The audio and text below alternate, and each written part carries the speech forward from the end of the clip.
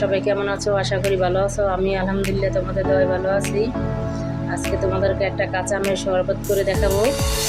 তো এই তীব্র গরমে কলিজা ঠান্ডা করার মতো একটা শরবত। তো চলো কীভাবে করি আমি তোমাদেরকে দেখাই। তো এখানে আমি নিয়ে নিয়েছি কাঁচা আম, আর নিচ্ছি বিট লবণ, সাদা লবণ, চিনি, পুদিনা পাতা, ধনিয়া পাতা। এখন আমি ব্লেন্ডারে কাঁচা আমগুলো দিয়ে দিচ্ছি।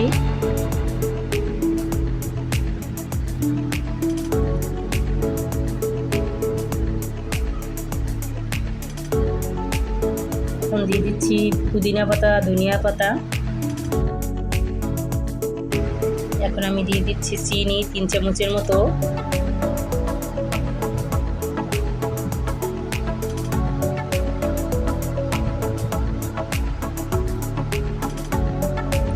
এখন দিয়ে দেবো বিট লবণ আর সাদা লবণ।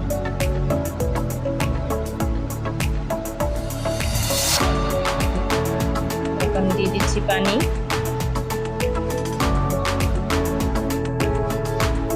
এখন আমি ব্লেন্ডারটা চালু দিয়ে ব্লেন্ড করে নিচ্ছি।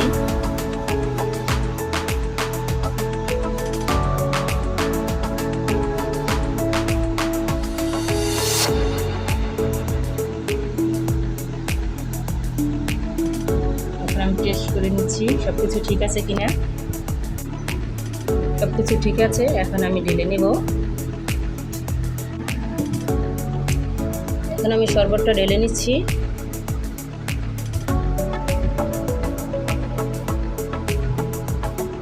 ঢেলে তোমাদেরকে দেখাচ্ছি কীরকম হয়েছে শরবতটা।